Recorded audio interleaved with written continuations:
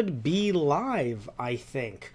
I never know when I'm live, and it's frustrating. I think we're pretty much live though. Oh god, I have the graphic up. It shouldn't be up. Oh no, now you know what I'm. As if I wasn't going to be talking about this. So we are actually going to be talking about a lot of different stuff during this podcast. Let me look at my notes right here because there is a heck of a lot of stuff. Don't want to miss anything. So we're talking about the latest Nintendo Direct that just came out last week. We are also talking about. I should put on my reading glasses. By the way, thank you all so much for joining us in this very early episode of Matt Rants. We're supposed to do this usually in the afternoon, but my schedule freed up for a little bit. So this podcast should be all of these topics that we're about to talk about, but there's a good chance due to some scheduling conflicts, this might actually get cut up, and we may need to do this, the second half of this, in the middle of the day. So you guys will know when I know. So we're starting off talking about the latest Nintendo Direct. We are also talking about as well the potential Xbox Game Pass coming to Nintendo Switch and what that might mean and what that looks like. Tetris 99 being available on the PSP. Some very interesting stuff there. Mint Super Mario Brothers copy selling for over $100,000 at an auction. Why it sold that much, and frankly, why your version probably will not sell for anywhere near that. Reggie Fils-Aimé retiring, which is a very sad day. Tekken 7 DLC. We're not only getting Julia back, but we are getting Negan. Negan from The Walking Dead. What in the hell's going on in the universe? We get Piranha Plant. Now we have Negan. I love it so much. I love when weird characters like this come into play. Apparently, the PS Vita is not going to be made anymore. At the very least, Sony's going to be halting production on it in Japan pretty soon. Also talking about the government allegedly stealing Yoshi's Island music for a Flash game about recycling. We will be talking about all of this stuff in this episode of Matt Rants. So, let's move on to our first story and let's talk about the Nintendo Direct. Now, if you're watching this on our YouTube channel, which is Those Guys Play, then you're going to notice that this is in the description box down below. But if you are not watching it, you're watching it live with us, I just posted the link in the chat for the Direct. So, let's talk about it right now. Now, I can't break down every single part of it because we would be here all day. But I'm going to talk about some things that really stuck out to me and really mattered to me and may have mattered to you as well. And comment about what you enjoy so much either in the chat about this Direct or in the comment section down below. So, Super Mario Maker 2. Now, I just got a Wii U. Broken, have to fix it, have to post a tutorial on how to fix it on our Those Guys Play channel. But before that's fixed, I was thinking, well, I would like Super Mario Maker, because it's Mario Maker. Why would I not want it? I've heard amazing things about it. It's looked amazing. However, again, obviously there is no Mario Maker for the Switch. Everyone has been clamoring either for a remake for the Switch or, of course, having Super Mario Maker 2 getting a sequel. And here we are. It's actually getting a sequel that is coming out. For some reason, I don't have the release date, which is a little odd. So I'm going to try to clarify as we're talking about this that there is a release date that was set if they didn't just set the actual general. Okay, so let's look at, let's see, it says on, Target, Amazon, things like that, although that might just be a placeholder. Let's see here. What does it say on Amazon for Super Mario Maker 2? It says that it's going to be released, December 31st, 2019. All right, that's a placeholder date. So we actually don't know when it's going to be released. Either way, though, from looks of it, we don't know. But I'm still very hyped for it because I've always wanted to play this. But again, I didn't have a Wii U until literally just this past few months. And it's broken. The gamepad's broken, so I can't actually access it until I fix that gamepad. So I can't wait to be able to play Super Mario Maker 2. Now, I would have preferred, and I know it takes a lot of work, and especially it may have not made sense to Nintendo if it's going to be very similar sprites and worlds and things like that to recreate, to create on your own. But I would have liked it to be considered a combo pack of 1 and 2. Again, might not make as much sense with a game like this, but it does feel a little odd that people are going to be jumping into this with the second one and not have the first one either on their shelf as well or be able to take a look at as well. But again, it's one of those games where it probably doesn't matter in the grand scheme of things. And also, it's nice that even though Nintendo did shut down the servers for the first Mario Maker rather quickly, and I think didn't really give people enough warning from what I've heard, still, it is nice though that within the first few years of the Switch's life cycle, we're going to get a sequel to it, so everyone can enjoy it now. Some for the first time, some as much as they were on the Wii U. So that makes me very happy. Something else that makes me very happy is someone who has Marvel Ultimate Alliance 2 on the PS3, and I believe I played the first one on the PS2 back in the day. I cannot wait for Marvel Ultimate Alliance 3. It's coming out, it says summer in 2019, so I don't know when in the summer, but I definitely have to save some money up because, well, I need to get me some Marvel Ultimate Alliance. They were focusing a lot on Captain Marvel, and of course they were, her new movie's coming out, corporate synergy, all that stuff. But either way, I can't wait to see who else we get to play at, and hopefully, another thing too that I'm a little nervous about, I don't remember if they were shown off in the trailer as much because I watched just a few days back. I'm hoping that there are some characters that Disney does not currently have the rights to, because remember that Fox merger, we're talking about live action rights here, the Fox merger has not gone through yet, so I'm hoping that maybe we don't get a Deadpool necessarily, but I'm hoping that we do get a bunch of X-Men characters as well. Even if we dig deep to get Inhumans as well, I know the show didn't do as well, but there are people who are huge Inhuman fans out there. Shout out if you guys are fans of Inhumans.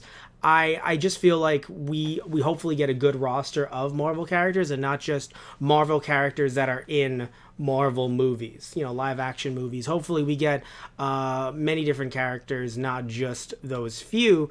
And because when looking at the amount of comic book characters there are, I mean, you have someone like Namor, you have a huge lore of characters that I think especially as a kid who didn't really read comic books, I read comic books more when I got older. I hope that we can get into the lore just like I felt that I got into when I played Marvel Ultimate Alliance 1 and 2, seeing characters that I'd never heard of before. I hope that something similar happens here. So, let's move on to Super Smash Bros. Ultimate 3.0 update.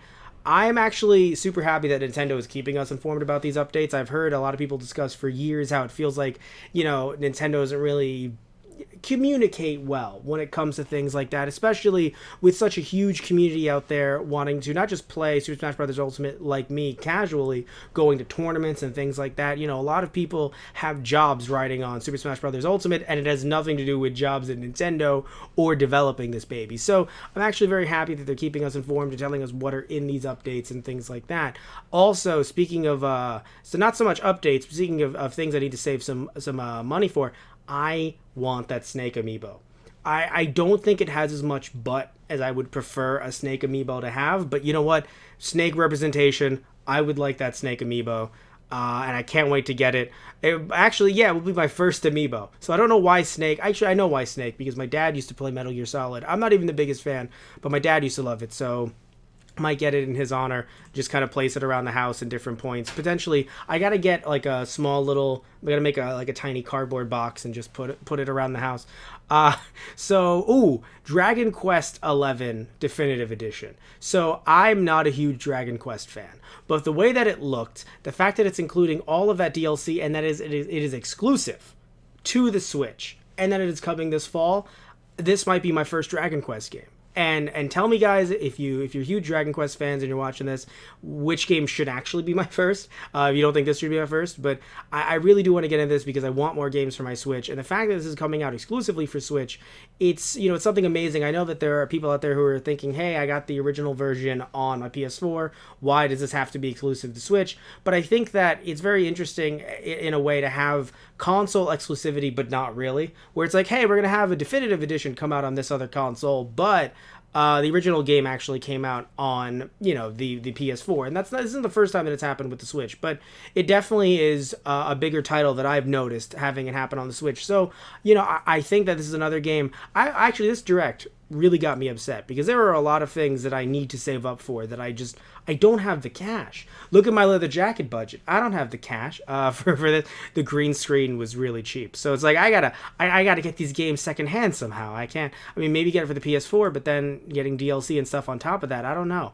So I really cannot wait to see what more comes from Dragon Quest 11 for the Switch, and also the fact that when they showed the the commercial for it, it had this, I don't know who was the voice actor behind the narration, but they had this very like old school feel to it, like I was watching an 80s 90s commercial that might have also hyped me up a little bit more as well. Like I was actually watching it off of a VHS tape and not on the internet. The fact that like the internet can do what it can now, it's just like, my god, I feel extremely old. So yeah, it kind of gave me this nostalgic feel, even though again I've never played Dragon Quest. So I do have a not for resale version that I'm going to be playing soon on Those Guys Play, but because we have a show there called Not for Resale. But yeah, it's crazy how it's just crazy how it's a franchise that it's escaped me, but now I'm going to be dragged in potentially with 11. Another not a franchise necessarily, but a game called a brand new game actually called Oninaki. So I don't have everything about that promo. I do know that it's coming out in summer 2019, and all they sold me on. This is the one thing that I wrote: deep single player campaign.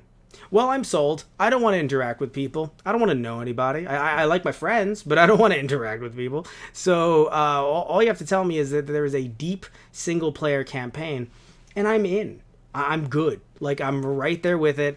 Sign me up. They were like, oh, you can also rescue lost souls. And I'm like, yeah, okay, that's cool. Move along. Deep single player campaign.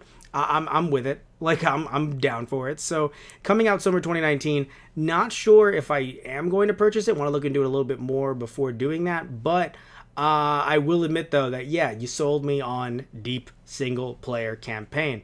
Also, Yoshi's Crafted World coming out March 29th. We have a demo out for it as well. A demo out for it as well. I'll be checking out that demo, potentially playing it on our Twitch, and also reviewing it on the Let's Play channel, general gaming channel, Those Guys Play. And I definitely, it looks beautiful, and I've heard amazing things about the demo, so I cannot wait to get it, cannot wait to play it. Haven't been able to yet. I've been super busy, but thankfully, though, I do have it downloaded, so I just have to set that thing up, record some footage. We're gonna have a blast. I'll also have to try to set it up with this and do this all live on Twitch, which is kind of hard with the way my home is set up. So we'll see how that works in the near future. Fire Emblem Three Houses. So even though people were calling this direct, I believe even Nintendo alluded to it, being the Fire Emblem Direct, I'm actually pretty happy that it didn't dominate the whole thing. Now, there's nothing against Fire Emblem, although that is another franchise that I've always wanted to get into and never had the chance to. But while there's nothing against Fire Emblem, it's just, even with the Smash Direct, while I was very hyped about the Smash Direct, I still kind of sat back and was like, like, could we hear about maybe something else? So I was kind of happy they didn't go crazy with Fire Emblem in this direct. We do know that it's coming out July 26th. It has been delayed a little bit. And frankly, just like with, even though we did not get to talk about the Metroid Prime news, I feel as if, for me personally, I would rather have something be delayed and be good rather than come out and then need extreme, crazy patches and things like that. Now, I don't want to name like Fallout 76 by name, but there are just certain games like, again, just, hypothetical Fallout 76 that when you get them, and I've heard people have had some great times with it, so bless your heart if you have. But still, with the amount of patches that are needed for games, again, just hypothetical Fallout 76, you just kind of sit there and you're like, did I get this game for free? No, I paid $60. Well, then I should get a working game for $60. So if this helps iron out all the kinks, so be it. I'm down with it. What I want to say is interesting that you're a teacher with students, a lot different than other games of recent memory, Fire Emblem, with their dynamics and with their romancing, if you will, with some of their visual novel type, love type scenarios. So I'm assuming that they're not going to do any of that shit here, unless it might be with other teachers, in which case go crazy. But if I assume you're probably going to see your students maybe getting flirty with one another and being like, hey, battle. Or being like, what can I do? Either way, though, I don't know how it's going to go. I worry a little bit because of some of the stuff that I've heard that was removed from the 3DS versions of Fire Emblem. So I'm kind of sitting here and I'm like, you're a teacher now that just like I know that isn't every Fire Emblem game, of course, and a lot of people did enjoy some of the stuff that was in the dating sim. That's the word I was looking for, the dating sim type stuff that was in the Fire Emblem 3DS games. So I do hope that that stuff is kept to a minimum, only because again you're a teacher who's managing your students in war, and also there were some people talking about how it was a little odd, the difference in style with the male and female character with their wardrobes. So I hope that before this comes out, there's a chance that you can just switch them up. If you're, a male and you want to wear the female wardrobe, why not? And vice versa. Because it's just a little odd. Like, look, I have nothing... Like, look, there's nothing wrong with seeing scantily clad women, but it's the fact that in this game, they're about going to war. And looking at the woman's character model, I just looked at her belly button, and I was like, nice belly button, but man, that's open to getting hit with a spear. So I feel as if it would be nice if when the game comes out, that isn't the reason why it's been delayed, but it would be nice when the game comes out if they just kind of switch off, not entirely, not that you have to wear one or the other, but you can wear whatever you like. So, and that's just maybe the default, but it can be changed on the fly. Tetris 99. So I want to play Tetris 99. I do not have Nintendo Switch Online, therefore I cannot play Tetris 99. But if you haven't heard of it yet, which I don't know where you've been, it is both free, which it's probably going to change in the future, but as of right now it's free. It's actually Battle Royale Tetris. So literally you're online with 99 other people Tetrising, if that's the term.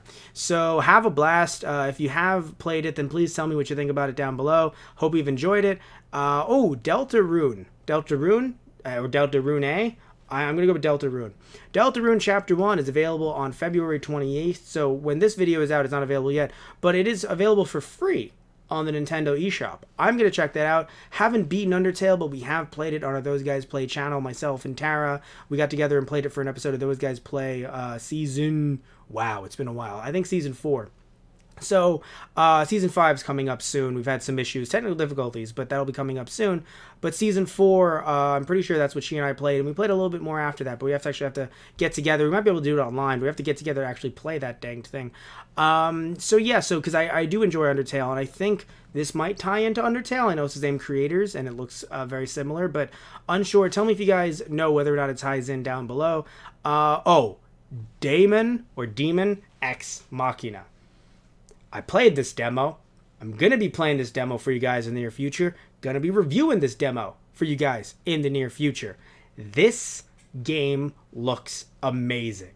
I need to get this game. It's coming out, it says in 2019, but it doesn't say when, and I'm pretty sure as a placeholder on Amazon, it's about to show me that it actually, I bet you money, it says available July 26, 2019. Nope. Why in the fuck did it show me? It showed me Fire Emblem first. Why would you do that? Yeah, it says Tuesday, December 31st, 2019. Which again, placeholder date. I hope it makes that date because I'm going to save up and I'm going to pre-order this because I need it. And I know people say that all the time. Matt, you don't actually need that game to survive. You don't, subsist off of games. But I do. I enjoy the taste of Switch cartridges. I need this. I need this game. Seriously, this demo, guys, was amazing. It was a lot better than I expected it to be. Like, I thought, it might be okay. It looked amazing, and I was kind of hyped for it, but usually my hype just never really materializes into anything. So I think some of you guys, if you're longtime fans, if you've been watching through our other mediums, podcasts, Let's Plays, gaming stuff, things like that, you know that I've talked about the fact that when I'm hyped for something, extremely hyped for something, I am usually extremely disappointed. Usually I like being dehyped. And then coming in, actually hearing bad reviews even, and coming in, and I kind of end up defending it a little bit. I'm like, it wasn't as bad as people said. Not like it's amazing, but it wasn't as bad as people said. But in this case, my hype was met and increased. So I need to get Daemon X Machina real soon. Now, sadly, again, we don't know when it's coming out, but I hope it does come out in 2019, and it comes out before December 31st, 2019. Final Fantasy VIII. Coming out on... Wait, no. Not Final Fantasy 8. Final Fantasy 7. Oh god, I'm so fucking sorry, everybody. Oh Jesus Christ, I'm so sorry. Dude, I'm so sorry, everyone. No, it wasn't even a terrible joke. I read 7 as 8. And I'm actually kind of upset that I read 7 as 8 because I'm sitting here and I was going to talk about the fact that I don't know why 8 was done dirty like this. I haven't even played much of 7. I've played nothing of 8, and I haven't played 9. But I'm sitting here and I'm like, why are these games like done this dirty? Like, I don't know why this is happening to Final Fantasy 8, but we do know that Final Fantasy 7 is coming out on the Switch March 26th, and Final Fantasy 9 is actually available now. So if you didn't know that, you can pick it up now. But yeah, I don't know what's going on with 8, if there's like some licensing rights, maybe some music rights or something like that. Unsure. If you guys have heard some stuff, tell me down below, but it seems like a lot of people overall aren't even questioning it. They're just like, what the hell? Like, they're questioning it in that regard, but they're not even bringing up theories as to why. I do wonder if there's some licensing issue somewhere down the chain. I really have no idea. So, speaking of chains, Astral Chain, which was the almost the last game shown. We'll get to that in a second.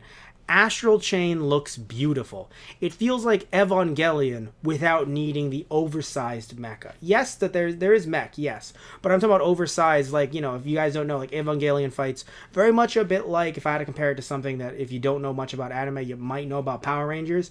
So very large mecha, fighting other monsters and things like that.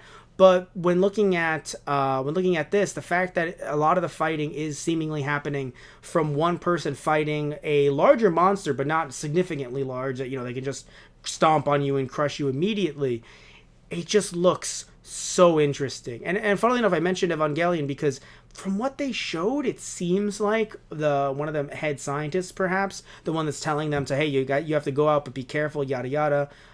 Seems as if he's their dad, and I wonder if the two of them main characters are brother sister. I believe they said that they're brother sister in the direct. But either way, Astral's Chain definitely has me my interest peaked. I think I just want different types of, like, I've played certain types of games for so long that I want something that seems different, but not too much mech on mech, and it's funny because that's Demon Ex Machina to a certain degree. But the thing is, with me and mecha, I've always had a problem connecting directly to at least watching a TV show.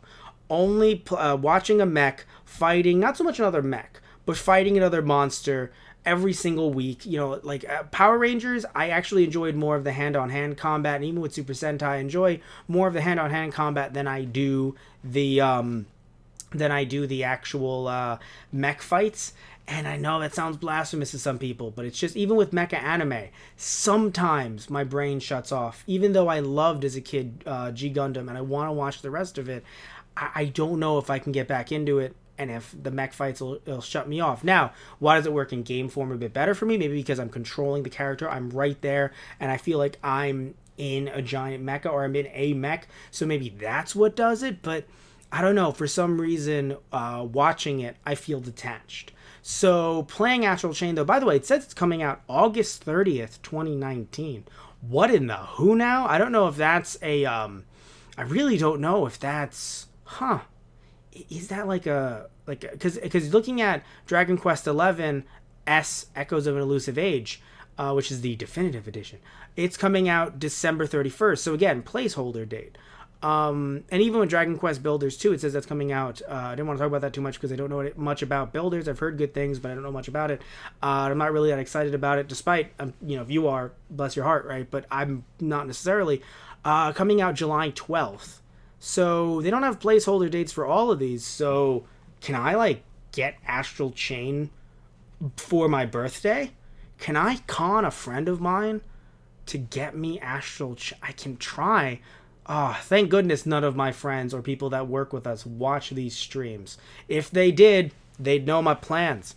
So thank God no one. That's a sad thing to say out loud, but you know what? If it gets me this game, frankly, I'm okay with it. So, and now moving on to the last game. Y'all knew I was going to talk about this, even though I've never played it. But y'all knew I was going to talk about it because I am a fan of Legend of Zelda Link's Awakening Remastered. So, here's the thing, right? I will not be getting this. So even though it seems great, I won't be getting this because I still need to get Breath of the Wild. and I would like to play the original Link's Awakening first. Now, I know it's going to be a bit difficult because, well, it's a Legend of Zelda game on the Game Boy. Probably going to be worth a pretty penny. Especially trying to get it in box with a manual. You can cue your laughter now. He thinks he's going to get it in box with a manual? I would just like to. Okay, I'm not saying I would, but I would just like to for an affordable price. You can cue your laughter. I know it's getting louder and louder. But I have to say, though, looking at it, though, I love the art style. I know that there's been some controversy surrounding it. I think that there definitely is this huge debate whether or not, people think that something looks bad versus looking good, and what is good. Because some people, they think, oh, good is realistic. Good makes me feel like I'm watching a real Link walking around. But I think that we have to understand that your personal preference can be whatever you prefer. I'm not telling you to enjoy something that, you're not interested in, right? But when you talk about good or bad, we do have to acknowledge when something is stylized and it's trying to look a certain way. So looking at, this is in the, not anime, but animated section, looking at something like the Animatrix or, I think it was Batman Dark Knight, Batman Gotham Knight, which was a set of animated shorts. Some of them were anime companies like Madhouse coming in. Other ones were just different U.S. companies. So people were coming together to create different Batman shorts. And funnily enough, they got Kevin Conroy and other U.S. voice actors to come in, but it was just so weird to hear him over like an anime Bruce Wayne. Really odd. But point is that some of the stuff looked bad, if you will, for Animatrix and some of the shorts for Gotham Knight. But here's the thing. It wasn't like, oh, it's bad, like this person has no talent. It's just the idea that it's stylized, trying to look different, and in a way that isn't supposed to be ultra uber realistic for the time being. So I think that I'm not saying that some CG can't be bad, because obviously it can be. Believe me, like bad things can exist when it comes to art. But I think that in this case, it's trying to be stylized. It's not trying to be what Breath of the Wild was, or what a step above what Breath of the Wild could be in the future. It's trying to be a Link's Awakening remaster. Something that you could have seen on the Game Boy, but reimagined for the Switch. And for some people, even though it is a remaster, it could be their first Legend of Zelda game. Not mine. My first was Link to the Past. But funnily enough, for some of you guys that are like, oh yeah, we know that you love Super Nintendo games, so your first was on Super Nintendo, right? No. The one I'm playing on, those guys play that I got to get back to, was on the Super Nintendo.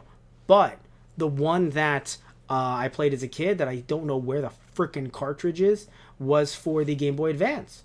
So that's the thing. Like, I look at this as a kid, when I was a kid who got into some of these games through the Game Boy Advance, re-releasing them. Granted, Nintendo releasing them for the Game Boy Advance. Granted, I think the only game that I do have Game & Watch Gallery, but I don't think I have any other Nintendo re-releases on that system. And look, I even know that as a kid, like I did say, like, oh, like, as a teen, I was like, but I have Donkey Kong Country and Super Nintendo. Why do I need it for the Game Boy Advance? And now that I'm older, it's like, because you dingus, you got Link to the Past on the Game Boy Advance. So there are some people that are going to get that for the first time and play that for the first time. So, if this isn't your bag, this isn't your cup of tea, if you have the original Link's Awakening, just have fun and go play that, right? But I think that even though I'm not interested in getting this anytime soon, I would like to get it in the future in some capacity or another. But it's frustrating because it's a Nintendo title, so I know that it is not in any way going to be cheap or any cheaper than maybe like $5 off. So, I might have to bite the bullet, pay $55 one day. But I do think it's interesting because, and I do wonder too when looking at the art style, if this was ever intended for the 3DS perhaps, and then they moved it over to the Switch, not due to the 3DS's lowering sales, because because 3DS is not, by the way, not selling as well as it used to, but I don't think that's why, because the sales numbers had just come out. So there was a point when the 3DS was selling well, but I wonder if this was potentially made for that, like many 3DS Legend of Zelda games look, in this similar art style, and they thought, no, let's actually move it to the Switch. So I don't know if you guys have any speculation on that, comment down below. Would love to hear what you guys have to say. And yeah, we're at the point where we are wrapping up this part of the podcast, talking about the Nintendo. Why am I? Apparently, I am the the announcer from not Ninja, from Kaku Ranger, or apparently I'm Porky Pig. Either way, I want to hear what you guys think about the direct down below. Do you think that I didn't cover something that you enjoyed a lot? Because please gush about your fandom down below. And if I did talk about something that you did enjoy, again, gush about your fandom down below. We'd love to hear what you guys have to say. Any suggestions, anything like that, please definitely tell me what you guys think either in the chat if you're watching live on Twitch or on the YouTube channel down below. All right, so before we move on to our next story, I want to post the story in the chat. What are we talking about next? Yes. Okay, so, oh, I don't have the video in front of me. Why don't I have this video in front of me? Where is the video? Wait, no.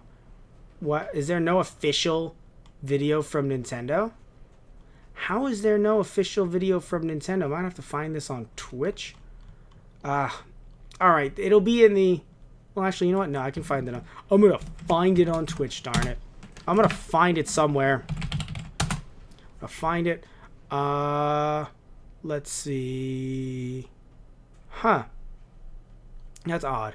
Well, I'll post the IGN link. Okay, so, and before we begin talking about that story, I am going to get some water, which thankfully is right here.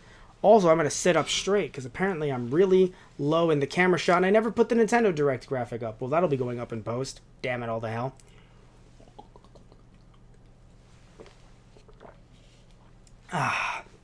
Jeez, I needed this. Okay, so.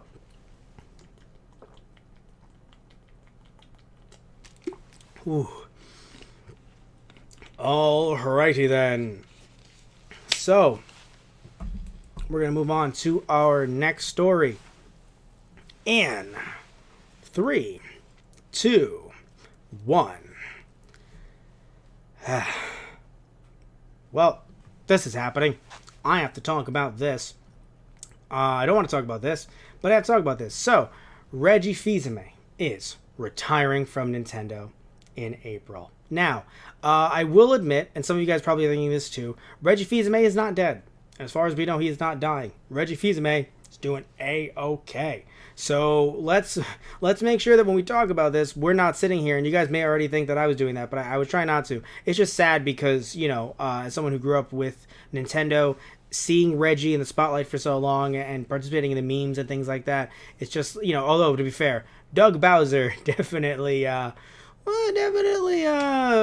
fits the meme quota. I'll say that much. But either way, though, so Reggie Fils-Aimé is not dead. So again, let's not talk about him like he's passed. He's still amongst he's still with the world of the living, and that's a good thing. But because again, there are some people that are just acting as if Reggie Fils-Aimé is just not long for this world, and it's like, as far as we know, he's doing just fine. It's okay. It's okay. Either way, though, he is retiring as president of Nintendo of America. If you don't know who Reggie Fils-Aimé is, he's just who I just said, the president of Nintendo of America. Now, longtime president and COO, by the way, if you don't know. Like, literally long time enough that, oh, God, he took over in... I want to see, in May 2006. Okay, so that following a 3-year stint as the executive VP of sales and marketing. Wow, damn, he did that well. So in May 2006, let's remember, by the way, I was 13 years old at the time. Dear God, I was 13. Nope, 14. Sorry, I was 14 years old at the time. So then, yeah, and then that's when I started seeing him promoting the DS, and there's a lot of video of him promoting the DS, and just a lot of funny stuff that people have been taking out of context. Like when Reggie apparently in a video a while ago, they wanted to participate in the Nintendo tournament, and the employees, you know, the actors in the video were like, you can't be in this contest, Reggie. You're the CEO of Nintendo of America. And he was like, not anymore. And then he replaced him with like a kid. And it was a really funny video. You guys can check it out. I might have it in the description box down below on the YouTube channel, but it's just really funny that he said that. And some of the people didn't even show the part with the kid. They just cut it off right there. And I was like, God damn it.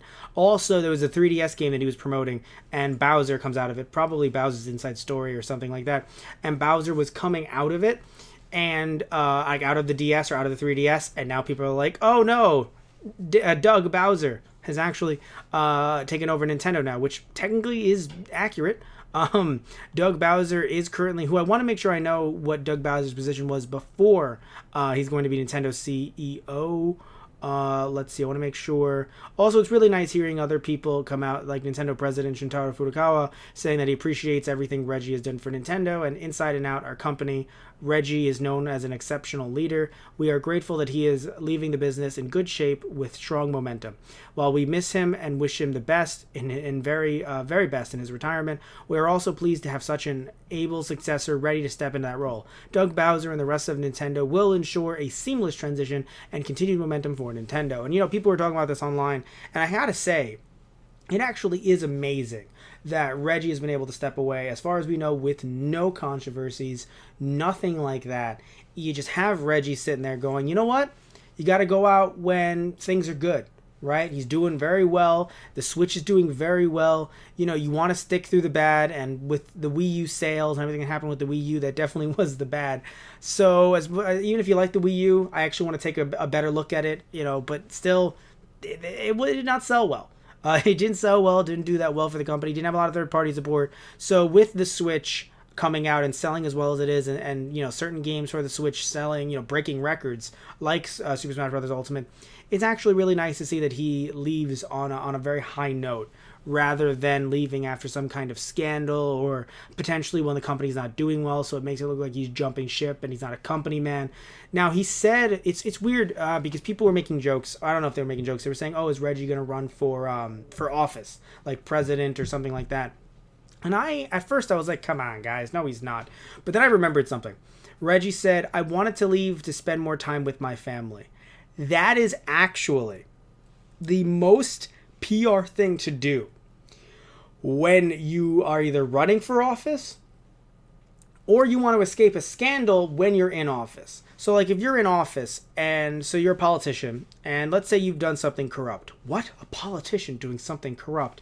Absolutely unheard of in the United States of America. But let's pretend, in a fictional world that a politician may have done something corrupt. They will say something along the lines of, I want to spend a lot more time with my family, so I'm going to resign. And it's like, no, it's not. I saw it on the news. We know why you're resigning. So, in this case, though, because there are no conflicts or anything like that, it's kind of funny. It's like, wait, he wants to spend more time with his family. Is he going into politics? Now, the thing, though, is that I don't know anything about Reggie's politics, so I actually hope he stays away from the political arena. I'm not going to get into politics right now, but I just don't. Despite whatever you think about, Donald Trump, whatever you think about any other politician who's seemingly or is in the race right now, and by the time this video comes out, will be in the race. He might have another 80 in the race by the time this video's out. Still, whatever you guys think, my phone is ringing. God damn it! I need to turn my mic off. We got to do a quick cut because I don't want the phone to say who. Oh.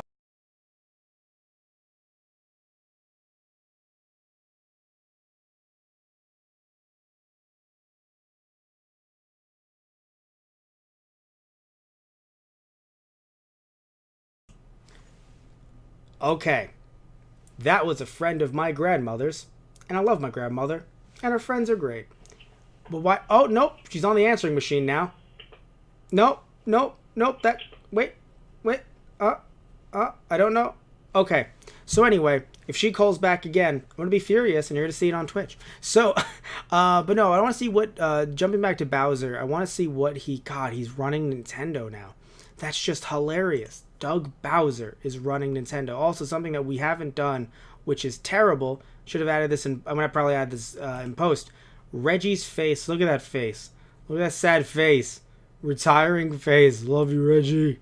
My body was definitely not Reggie for this. But I want to see what Bowser had done. Why is this article not stating what Bowser had done before?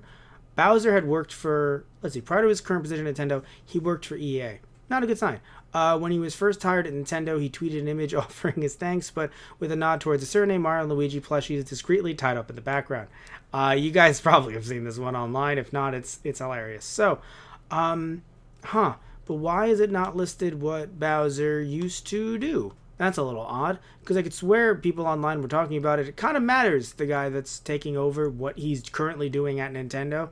I'm pretty sure he's in sales as well. But still, let's see here. Going to see... Oh, I'm sorry, yes. company's current senior vice president of sales and marketing. Haha, I was partially right. So, no, I have nothing against Doug Bowser. Again, it's so funny because, again, one meme replaces itself with another. So the meme cycle continues. If you thought memes were over, Doug Bowser has another thing coming. Sorry, Doug. I wonder what Doug Bowser actually thinks. Like, I know he's been a fan of video games for a long time, just like Reggie has, from what he said.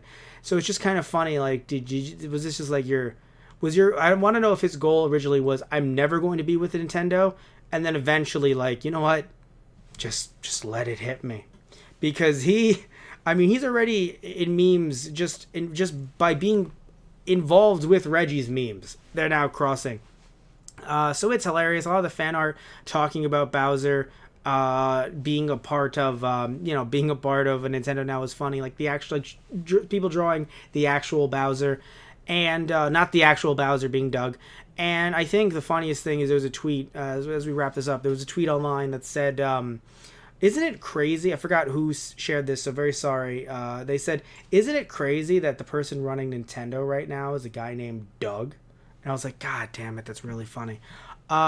So, yeah, no, it's really good that he's leaving on a high note. I know it's a sad thing, especially when either if it's someone that you feel like I mean, we don't know him, he is running a corporation. He's not our best friend, but he's an endearing guy. He's an endearing fellow. So while I don't know him, would love to share a beer with him if he has beer. If he has beer, if he drinks beer, love to share a beer with the guy, be it Bowser or be it Fizame. So, but I still want to say, though, I know that it hurts, right? Someone leaving, especially on a high note. You're like, but you're doing so well. But it's just, it doesn't matter what medium you're in. It doesn't matter if it's like a TV show even, or like a movie series or anything like that. You just want things to end when they're doing well, because the last thing you want is for something to go on for so long that you think, oh God, do I hate this now? Is this something I don't like? What is this, right? So the last thing you want is to have something turn on you, in a sense. So the fact that he's leaving now, it's funny. He's from the Bronx. Oh shit, New York represent. Sorry, I'm from Queens. Damn. All right, did not know he was from the Bronx. Anyway, so he's 57 years old. To some people, they're like, wait, that's not young. But because a lot of people are saying that he's retiring young. But I think people sometimes forget, like, how long certain CEOs actually stay in a company. And sometimes they don't leave as early as you would like, and they become eventually out of touch. And we're actually not going to pick any companies out of a lineup, especially due to the fact that, like, normally I make jokes, but, like, in this case, I can't think of any CEO off the top of my head. But still, anyone in a managing position, the last thing you want is for them to get so old that they feel as if they are out of touch with their fan base. So I'm actually very happy that he's moving on when he's happy to move on, rather than feeling as if he's forced out or he's ousted out because, the company needs to move in a different direction. So, again, happy to hear that he's moving on with smiles. Thank you for everything you've done, Reggie. Thank you for all the smiles you put on either my face or some of our fans' faces, some of the ways you've shaped Nintendo, and hopefully Bowser doesn't destroy the kingdom. So, tell me what you guys think down below, either in the chat or in the description box. Are you sad about Reggie leaving? Are you happy about Reggie leaving, perhaps? I mean, again, hey, if you're happy, all opinions are welcome. So tell me what you guys think down below about this story, and what you think about Bowser and some of the memes that you've seen and some of the ways you're going to scheme up some memes about Bowser. So again, tell me all that down below. All right. So what is the next story on the docket? Next story on the docket is Tekken 7. So I'm gonna post this. Down below. Let's see here. Yeah, post this down below in the chat. Boom. Okay, so let me replace this picture with Tekken 7. Okay, so 3, 2, 1. So moving on to our next story. By the time this video is out, I think the DLC will be out, because I know it says 2/28, but I don't know if this video is coming out on the 28th or the 29th. The point is that if you're watching this live, hi, we're talking about Tekken 7 getting Julia and Negan. Oh, damn, guys. Okay, so I did not expect, even though I should have expected weird characters to come out of Tekken, because usually any fighting game has some type of quote-unquote weird character to come into it. Of course, Smash, we currently have Piranha Plant. We're looking at older games. You had Link in Soul Calibur, at least the GameCube version, and then you had Heihachi in the PS2 version, if I remember correctly. So there's always a chance to get a weird character in a fighting game, but it's just to have Negan in this. Like, I don't know if you guys follow The Walking Dead. Everything about Negan, even the fact that I'm pretty sure they got Jeffrey Dean Morgan to voice him the same way he plays a live action version, as you can see right there.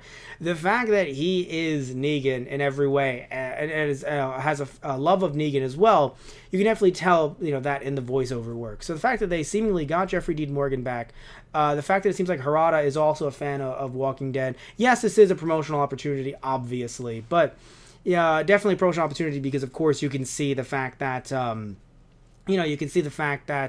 Walking Dead is plastered, not on this picture, but in every single promotional pic. So, yes, it is a good payday for, potentially for the Tekken franchise as well, but also, I don't know how that actually works, because I know they have to pay The Walking Dead, but in The Walking Dead's image is everywhere, so I don't know who's getting paid what in that situation. But either way, though, super excited for Negan. It's funny. I've watched every season of The Walking Dead, but I can't call myself the biggest fan. I like the comics, but I can't call myself the biggest fan. But despite the fact that it's like, Matt, you watch The Walking Dead, don't you like it? I just want to see it end and where it ends. I love the newest arc, the comic book version of it, but I don't know how I'm going to feel about it now in movie form. I don't know, guys. I'm super hyped because I fucking hate it because now I need Tekken. And I looked on Amazon, it's actually $20. So, I'm gonna have to bite that bullet and get Tekken. I don't have the money for this right now. I gotta save up for some Switch games that I talked about during our Nintendo Direct video. And now all of a sudden, I gotta fucking put money towards Tekken 7. I'm kind of frustrated, especially because, DLC is not gonna be included in my freaking purchase of Tekken 7. So, I don't want to do this, but not only is Negan there, but Julia is there. So I actually haven't kept up with Tekken both tag tournament. I've never played any of the tag tournaments, and when it comes to the Tekken normal, the general franchise, the considered canon franchise, I have the first 5 games. I can't look over to my shelf right now, but I know I have the first 4. I'm gonna check if Tekken 5 was released on the. Let's see if it was released on the PS2. It was. Okay, then I have the first 5 Tekken games. I've played them, but I'm much more familiar with the first 3. I need a drink of water.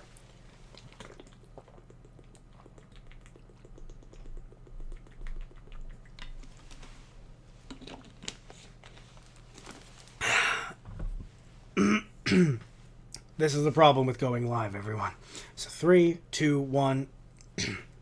So I'm much more familiar with those first 3 games than I am with any of the newer ones. I gotta be real with you guys. I want to get some of the newer ones, but I definitely want to get Tekken 7 now, but still, I'm much more familiar with the first 3. So seeing Julia come back, frankly, I never knew she left, but seeing Julia come back and also having her style changed, having her not be some caricature, I think it's just really nice, especially because, yes, she was raised by, I know she was, oh god, come on, name, I'm not going to look, I want to get the name, damn it, Jun, no, not Jun, what the fuck, no, she was raised by Michelle, right, but she's her adopted daughter.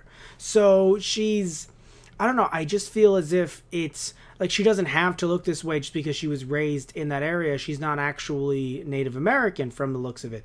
I mean, it's interesting. She says she's an adopted daughter of a part Native American, part Chinese fighter, but doesn't mean that she is technically either one of those things. So either Native American or part Chinese. So she doesn't have to look that way. So the fact that she's coming back with a better, more realistic redesign, she just looks like a normal human being, like a normal 22-year-old girl who wants to save the environment. So I love the fact that she's back into the franchise, and she also has this redesign. And also, her moves are on point. Like, I have not seen how Tekken 7 looks outside of these few trailers regarding Julia and Negan. God damn, she's on point. I mean, of course, Negan as well, too, with the bat and everything, and the fact that he has to pray to it. Oh, God. I do wonder how, how much of the trailer was cinematics and stuff that we're not going to see in-game versus how much was we're going to see in-game, at least when it, comes to the fighting. But still, with both Julia and Negan, such an amazing addition to all of these newer DLC characters that are out. I know Armor King is one of them. I cannot wait, and it infuriates me only because I don't have Tekken 7, so I got to go get that. Thankfully, I have a PS4, but now I got to get Tekken 7. And because I want to play as Negan and Julia. This is terrible. This is a terrible, terrible thing. Damn you, Bandai Namco. It's just, God, why? So now I got to do this. So I want to hear, though, what you guys think down below. Are you huge fans of Negan? Are you huge fans of Julia? Any of the other DLC characters that I didn't mention? Any of those, coming up, making you interested, excited? I just want damn it, I can't be swayed to spend my money this way. I gotta do other things with my money, but it's just this game, guys. So but again, tell me what you guys think down below. If you weren't keeping up with Tekken, are you now? Right? If you're a Walking Dead fan, you weren't keeping up with Tekken, are you like, or do you think perhaps this is shameless cross promotion? Right? That's cool too. You can think that. I just think that it's always fun to have a weird character in there. Although, the one sad thing that I will admit, I don't want to put a damper on this, but I do have to admit, the one worrying thing is, what about the future? Because, of course, if Tekken, unless it was in the contract, if Tekken 7 ever gets re-released, probably not going to get Negan. We'd get all the other DLC characters, but probably not going to get Negan. But other than that, though, other than that sad thing, maybe you disagree with me, tell me what you think down below. Other than that, though, I want to get this game real bad. So yeah, it's going to be my eternal struggle of wanting to get Tekken 7 and not being able to. Or maybe getting it right after this podcast is over. We'll find out. Anyway, moving on to our next story. Going to post it down below. Oh, God, Tetris. Oh, God, Tetris. Okay, so let us post this in the chat. I'm going to take another drink of water. And it seems like everything's going just fine, although production schedule-wise. But one of the things that's a little odd to me, it's very, very windy outside. And it's hitting my window, and I'm worried it's just kind of come in and just take me out. So if I die during this at all, the wind did it. All right.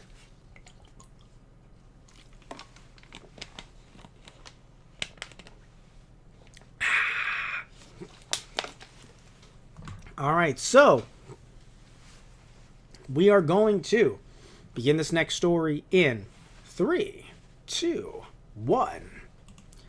So, in clickbait news, it's funny. It's the saddest thing is, it's not that I'm clickbaiting you, because this was an announcement. The problem is that it is a fake announcement, and I was fooled.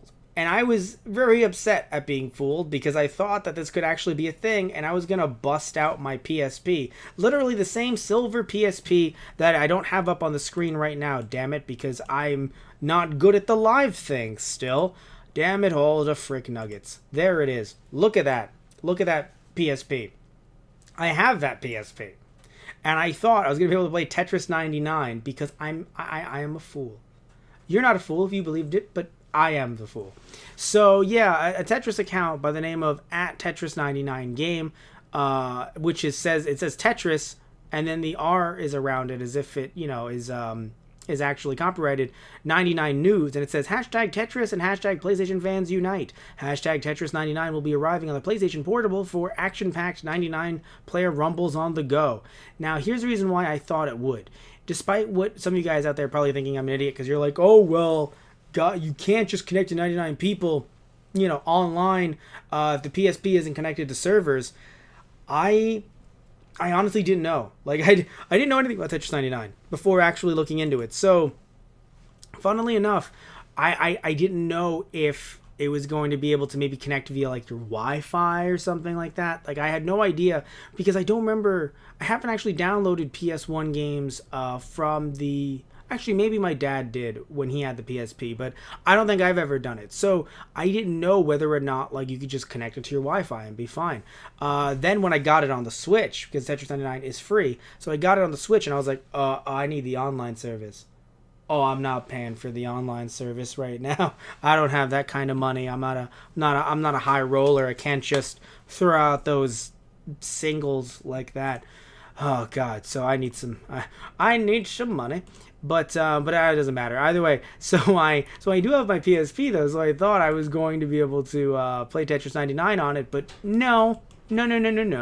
Not. It was just a fake account. When looking at it, apparently it says caution. This account is temporarily restricted, and when you look at it, it just like it links to Tetris.com, but then it says location not affiliated with the Tetris company. So I don't think it said that when it first came out, but I think after a little bit, it was kind of like someone has to tell them, like, guys, you can't do this, and they were like, fine. But it literally says Twitter page for the Tetris hashtag Tetris99 game for the hashtag Nintendo Switch and hashtag PlayStation Portable.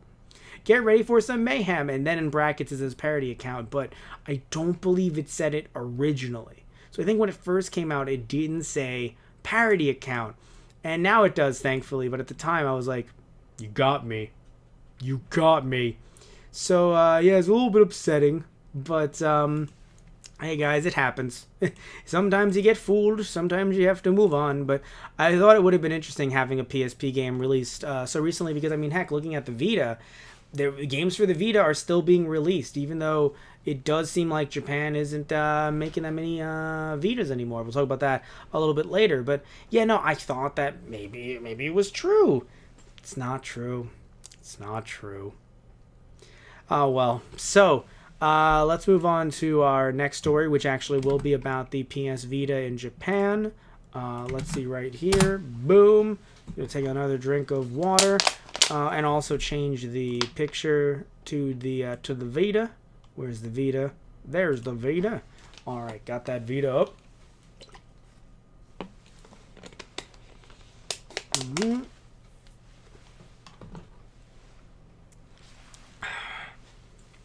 I am doing just fine. As are you, I hope, if you're watching.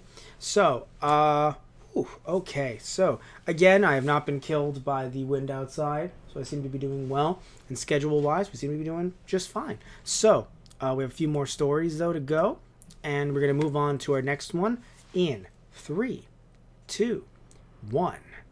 So, the Sony... Wow, the Sony. Good God, I just had a brain fart, and I was live, too. Awesome. I'm going to put this in a compilation of me failing because, dear God, why did that just happen? My brain just exploded and imploded, both at the same time. Okay, so, again, we're starting this in 3, 2, 1. Sony is apparently halting sales of the PS Vita, also production as well. Production and sales kind of going one-on-one, you know, of the PS Vita in Japan soon, but soon isn't a timetable, but it says soon. Either way, though, so when looking at this article, and again, it will be down below. It's in the chat if you're watching this live on our Twitch. It's down below in the description box if you're watching this on our YouTube channel. The official PlayStation website reports that the production of PCH-2000 space ZA11 Black and PCH-2000 ZA23 Aqua Blue models of the PlayStation Vita handheld gaming platform is scheduled to end soon.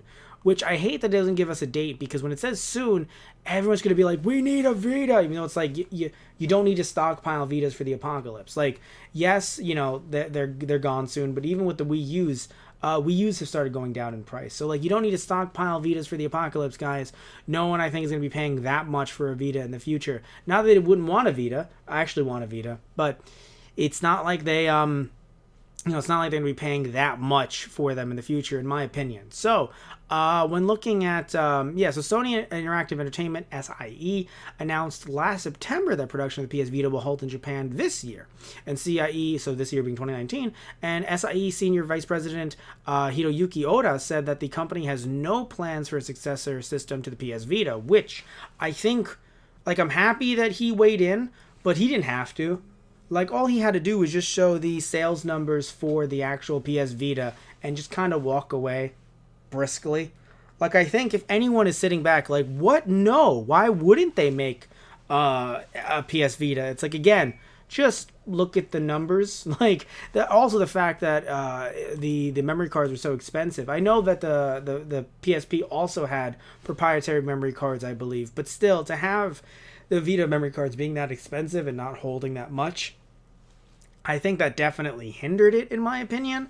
Also, the fact that, and this is just a personal gripe because my dad had a Vita. My personal gripe with it is, I just would like if the I just would have liked if the Vita had actually been able to actually connect with PS4 games more often, and not just certain games that also then had a PS Vita physical release. So what I mean by that, guys, is, well, it's amazing that I could like connect to my PS3 and, let's say, take Crash Bandicoot 3 on the go, right? That was, or Crash Bandicoot the original. No, sorry.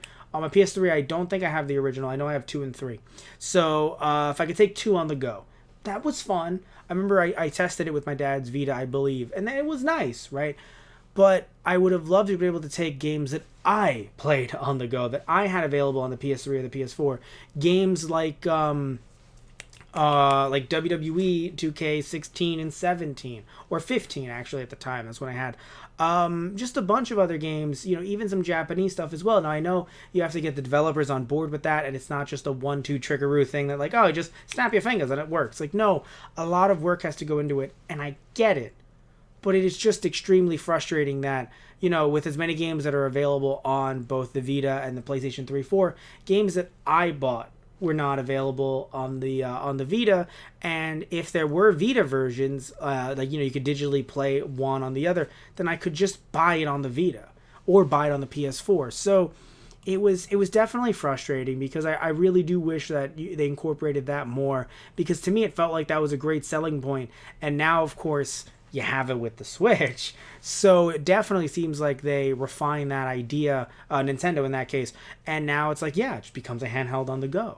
So so it doesn't have to connect to a console. It is the console and handheld. So looking at the Vita, if it could have connected to the console more, or at least for games that I purchased, which again, I don't have that many PS4, PS3 games, to be fair, but if it was able to work in some way or another, I'd have been happier. So I think that's why, in my opinion, it's like the Vita did not do well, and I think that there not being another plan for the Vita, that's good. Like, Sony should be focusing on the PS5, and then maybe if the PS5 does well, especially with backwards compatibility, that's when you release a handheld that, again, you focus very hard on not just backward compatibility, but compatibility with a decent chunk of your Sony library.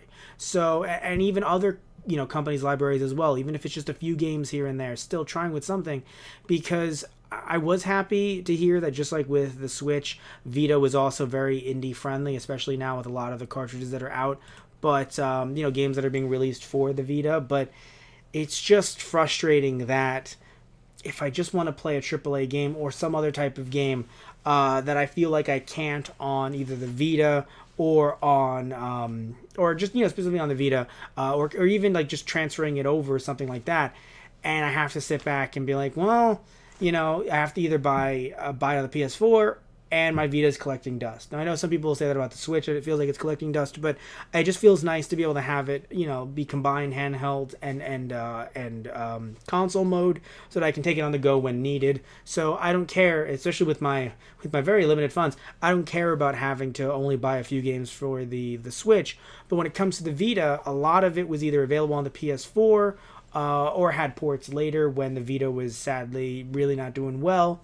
Or another thing to look at as well is the fact that, again, didn't connect as much, right? Like, if I could have played WWE on the go, even if it looked worse, maybe not as bad as the newest WWE game on the Switch does, the 2K game, but still, even if it looked bad, I would have been good with that. But while it is sad that it seems like the Vita production is ending soon, in Japan, I understand it. It's sad, but I understand it, especially when I think that they gave it their all, in the sense that the Vita launched in Japan on December 17th, 2011. I mean, it's almost 8 years, guys.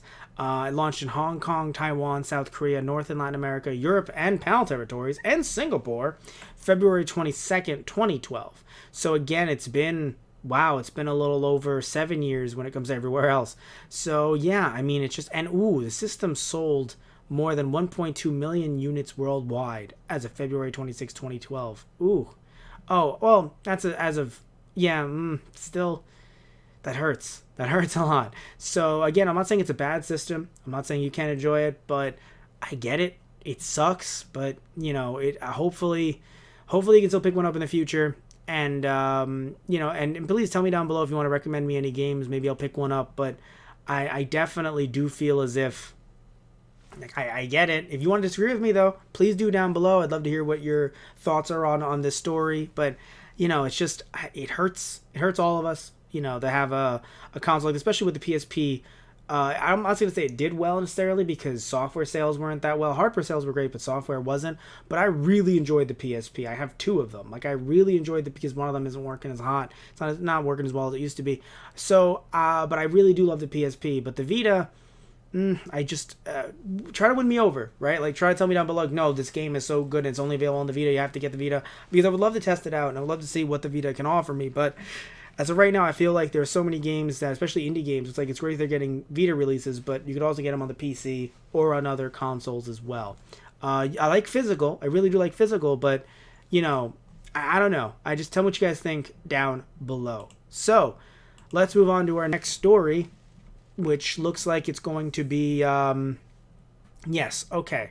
The Xbox Game Pass coming to Nintendo Switch. We'll talk about this one right now. Okay, so I'm going to take a sip of water before we begin. Okay, let's see.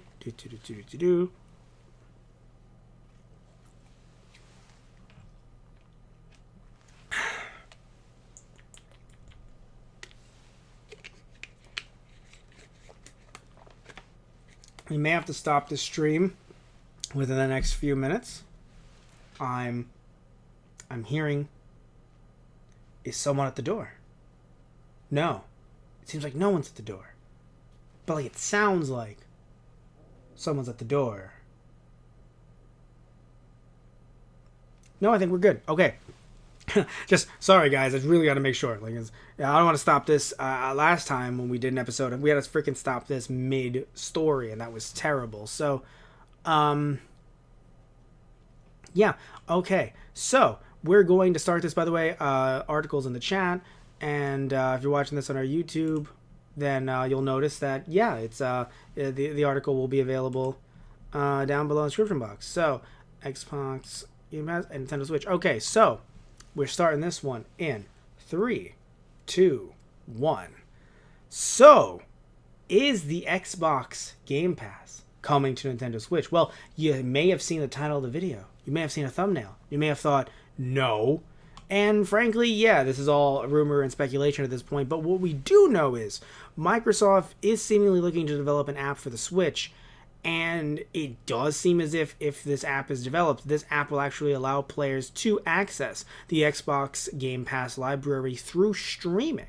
And this would be done by using their Project X Cloud service that allows players to stream games to other devices such as iOS, Android, and Switch, of course.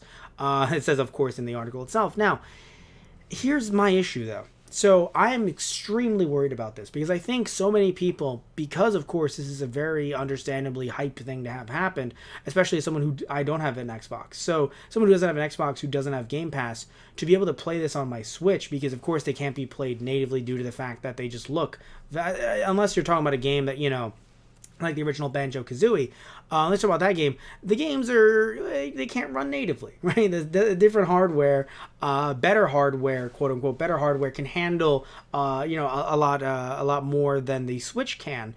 But at the same time, I say better because I like what the Switch can do, right? I'm not sitting here trying to be like, it needs to look like this, and if it doesn't look like this, it's terrible. Like, no, I don't really care about frame rates dropping, or things like that. As long as I can play the game and it isn't a mess, I really don't care. But what I know you might care, and that's cool that you do, but I don't. But the thing that I do care about is, can I play not just Banjo-Kazooie, but other games like Star Wars: Knights of the Old Republic, and other, freaking Halo, and a bunch of other games that I've missed out on because I've never had an Xbox. Shocking. No, but it's true. My dad had an Xbox 360, and now my family has an Xbox One. but I don't have an Xbox. So I and it's funny too. Someone, a contributor to the channel, this is our YouTube channel, Melissa, shit on me for it.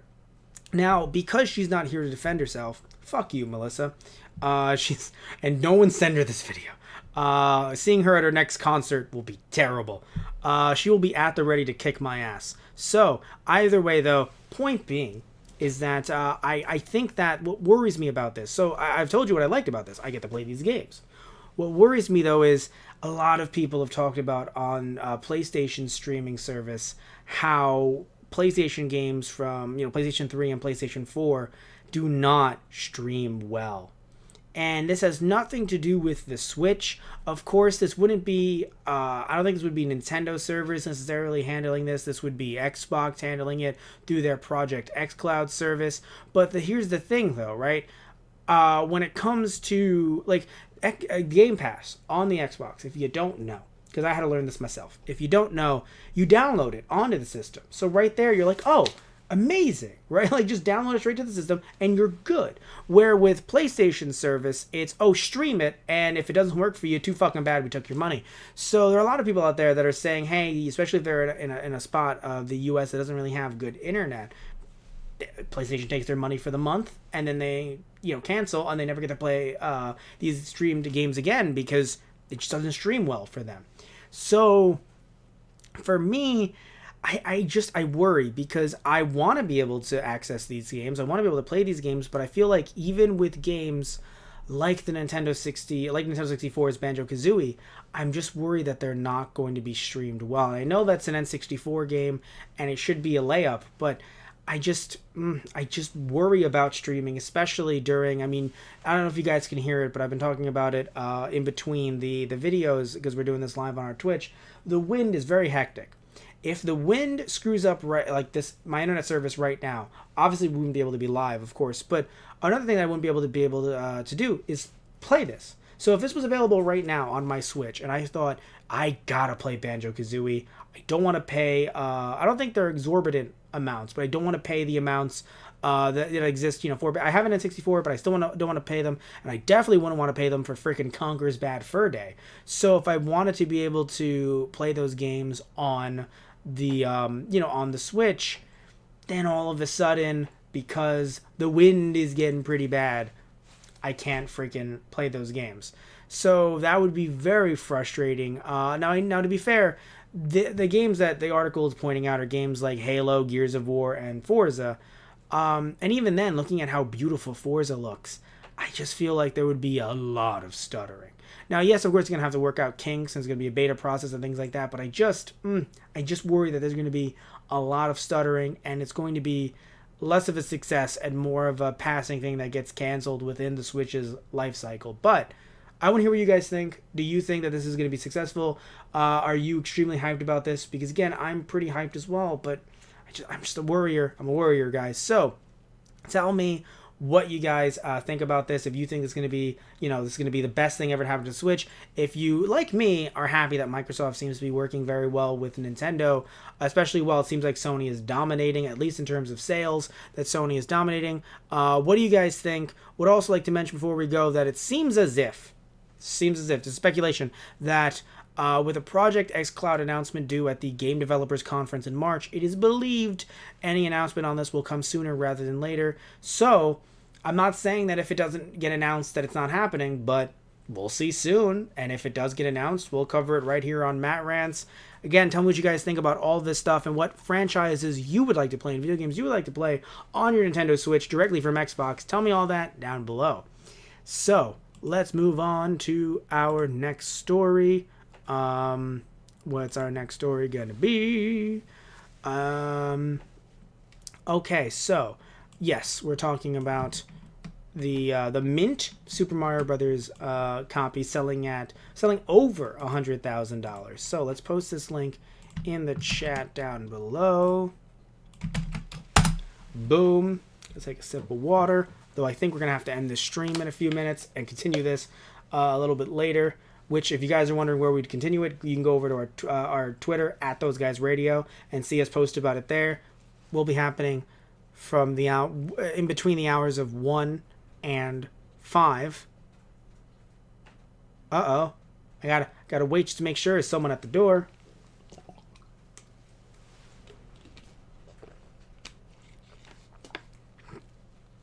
The best game that you never wanted to play. Is someone at the door, and do you have to stop your live stream? Very long name. We have to consolidate some of our names. We have very long names for some of our shows. Is someone coming up the stairs? Are they at the door? Or is the wind playing tricks on me before it murders me? I honestly don't know. It sounds like everything's fine. Sounds like everything's fine. Yeah, okay, we're just going to start this one. All right, so. It's in the chat. Okay, so. 3, 2, 1. So this next story has had some confusion surrounding it. So I do want to clarify a few things as we're talking about this. So, yes, the article is accurate, and the title of the video, if you're watching this on the YouTube channel, is accurate.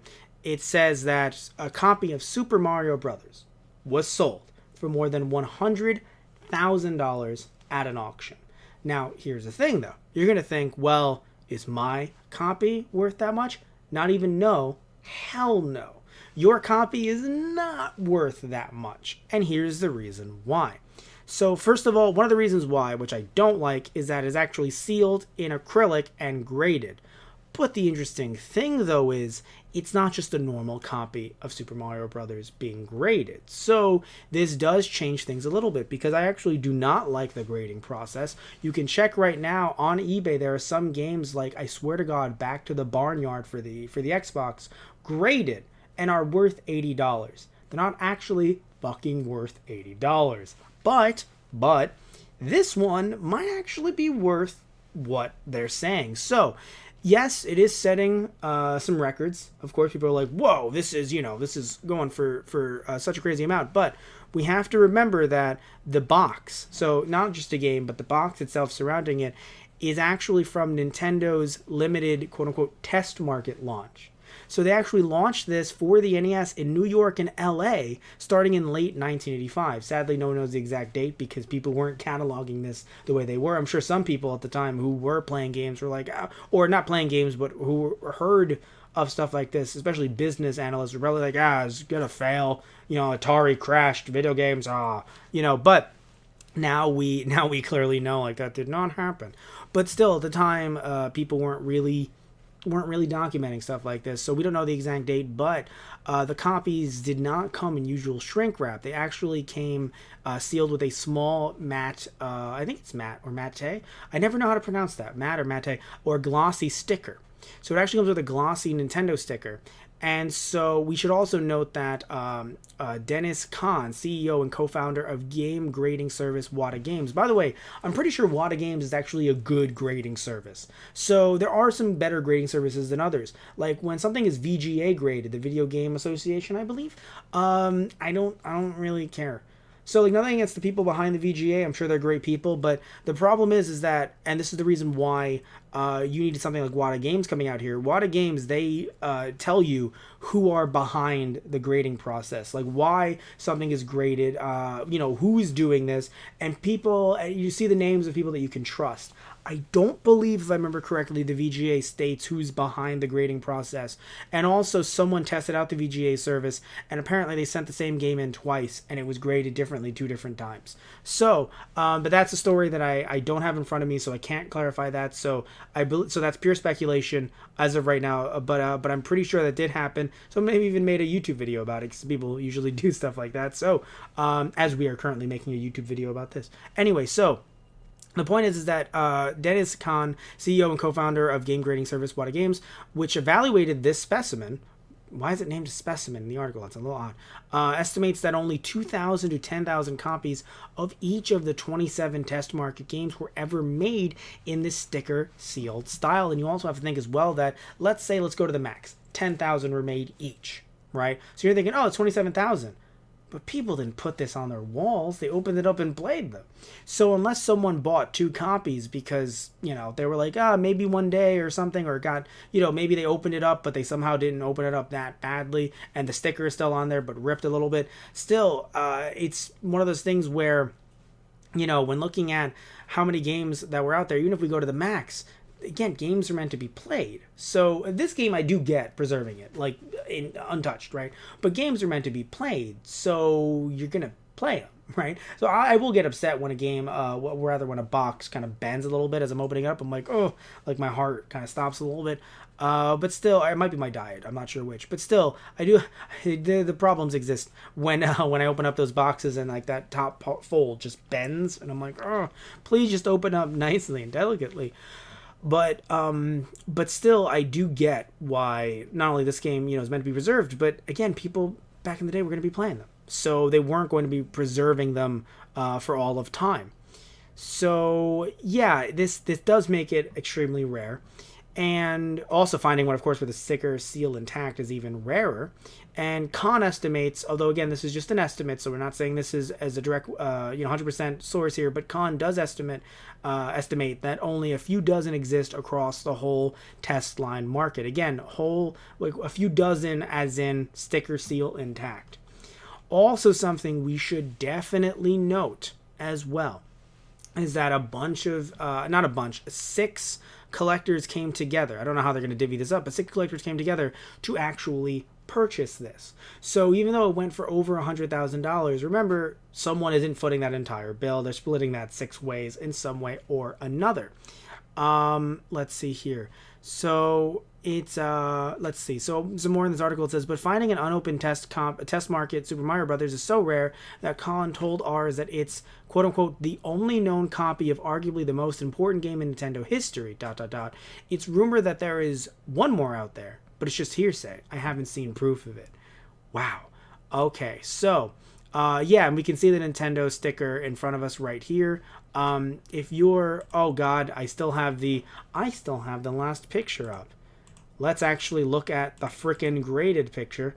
But it still doesn't show you where the Nintendo seal is. It's actually on the side of the box, or on top of the box, which again is a bit hard to tell. You can kind of see it on camera a little bit, but either way, it was actually given a 9.4 rating out of its 10-point rating system. Again, do I usually care about the scale? I usually don't, because many games that are sent in are games that anyone can open up, and it also takes that game out of the market. But there's nothing different, as far as we know, with this copy of Super Mario Brothers. So as far as we know, this game is exactly the same as any other copy of Super Mario Brothers. So no reason why to rip it open and test it out and just see, oh, it's the same game. So from the looks of it, that's why I actually, I'm okay with this, and I'm not sitting here like, why are you grading this game?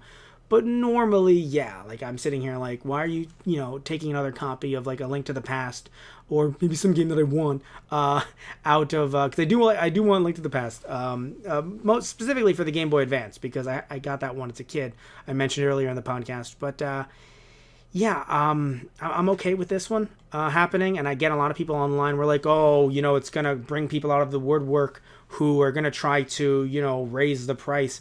And I will admit, yes, if someone is uninformed, that's going to happen. But that could happen with any story, not just with this one. Literally any story that could happen. So for me, guys, I just think it's one of those things where, at least this one actually matters. Where, this one is like, oh, this is actually something that there might only be a few, right? Like, I believe Kelsey Lewin, you should definitely check her YouTube channel out.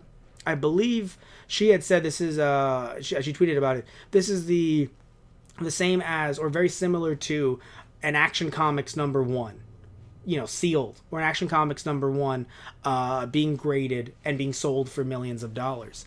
So to have over 100,000 actually is not so bad, especially when split up between 6 people. So I don't think I would have been one of those 6. I don't think I'd be able to afford that, but I definitely see where they're coming from. And I don't know, we don't know who the 6 are, we should also mention. And it's just, yeah, I feel as if it's just not that big of a deal the way in the sense that it's a big controversy, because some people are trying to say, oh, what's so different about this, but now that we know, it's like, oh shit, right? Like, it's not your normal $10 cart of Super Mario Bros. So yeah, I want to hear what you guys think down below, though. Would you pay this much? I would not, but would you pay this much? Even if I had the money, I think I'd still want to go 6 ways. But would you go 6 ways? Would you want to be maybe a 7th or an 8th? Like, hey guys, let's maybe make this even cheaper. I definitely can't go in with what you guys are going in with. Maybe we make this go like 100 ways.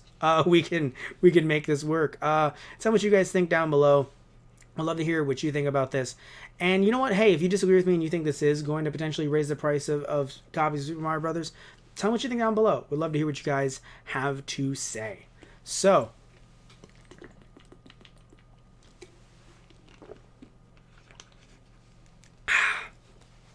I think, um,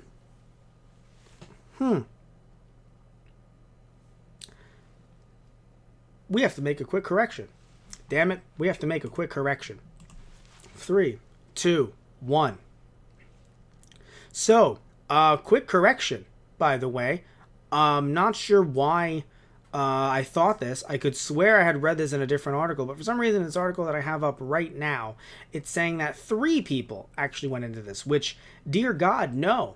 I don't know how the 3 of them are going to split this thing up, but oh God, I assume they live together, perhaps.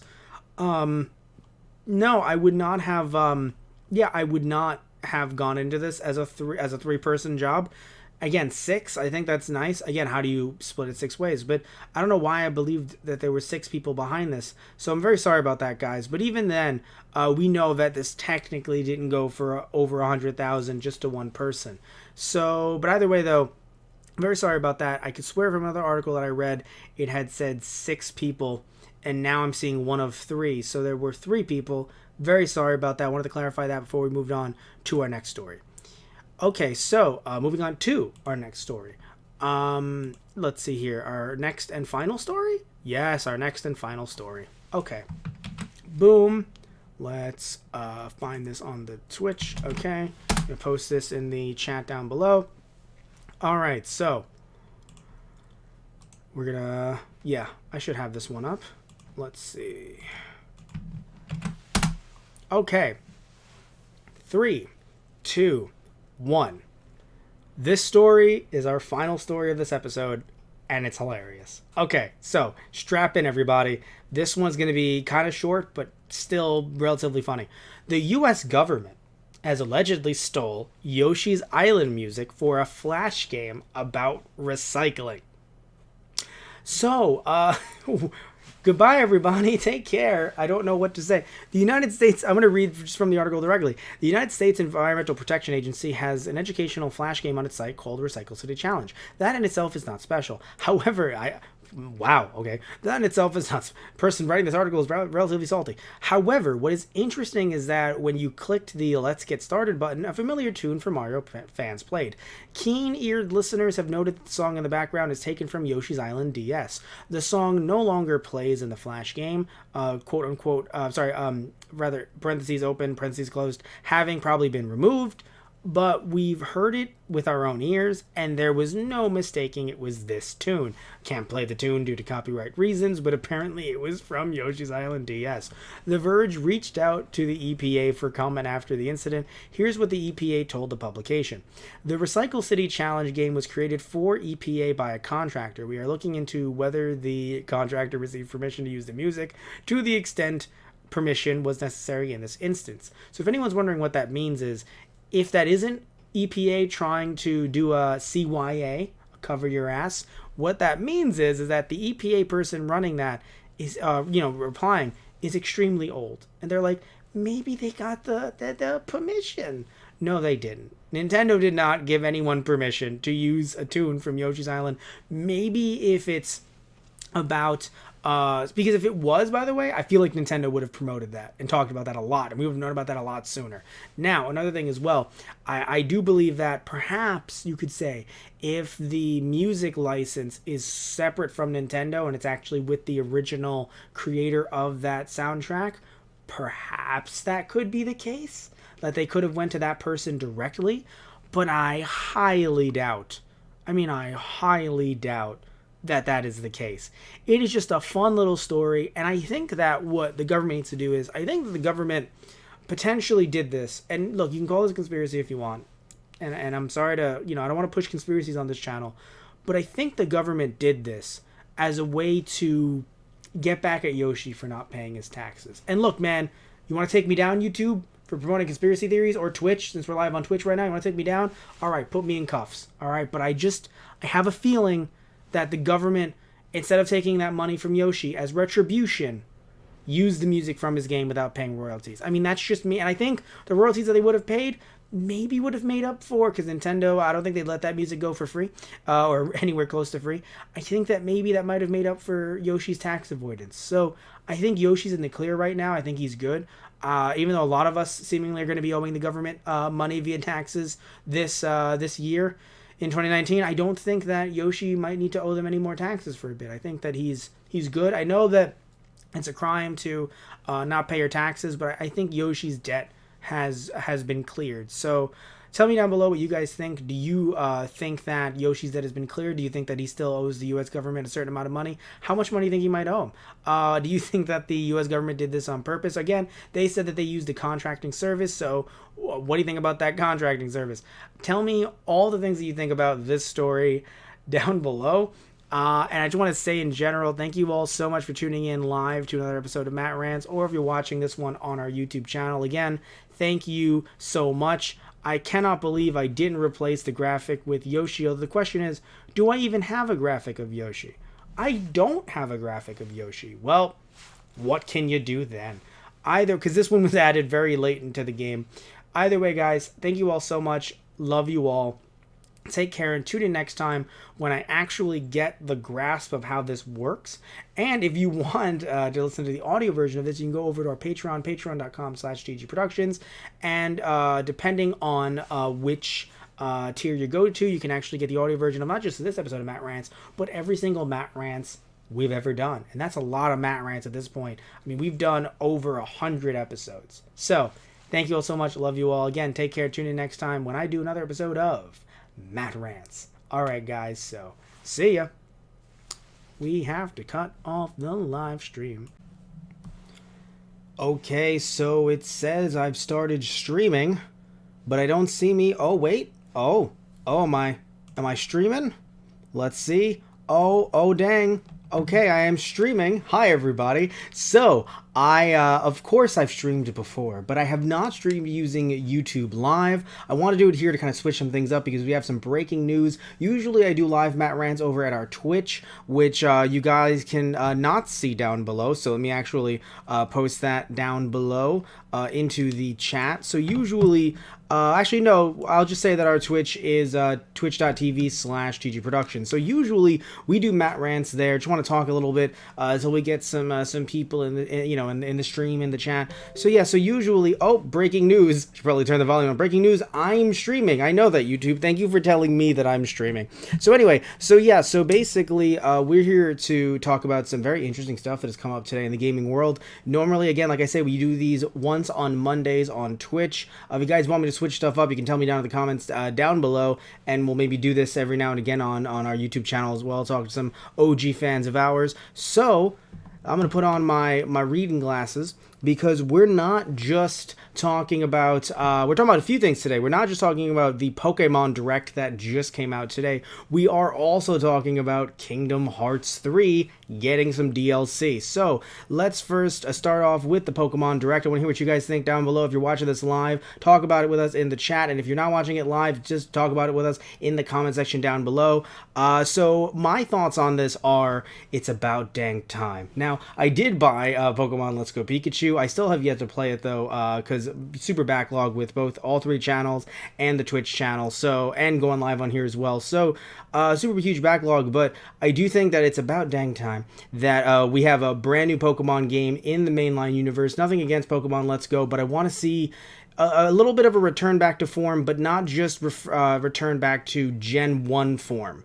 You know, just a return to form that kind of you have your gym battles back, hopefully, from the looks of it. We have, Pokemon battles looking similarly, encounters looking very similar to older games. But the one thing that I do like, though, and I want to hear what you guys think about this down below, is the changing in name schemes. Now, I know last time we had Sun and Moon and Ultra Sun and Moon, so it's not like we've been sticking with colors and, and minerals and things like that for the longest time, because again, we jumped away from that with Sun and Moon. But I think with Shield and Sword, it's a way to freshen things up. I'm going for Sword. I want to go for Shield, though, because I saw some people posting memes about the Shield from WWE.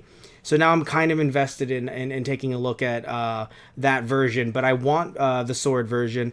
And I don't know about your main, who that might be, but my main is definitely going to be Sword Bunny.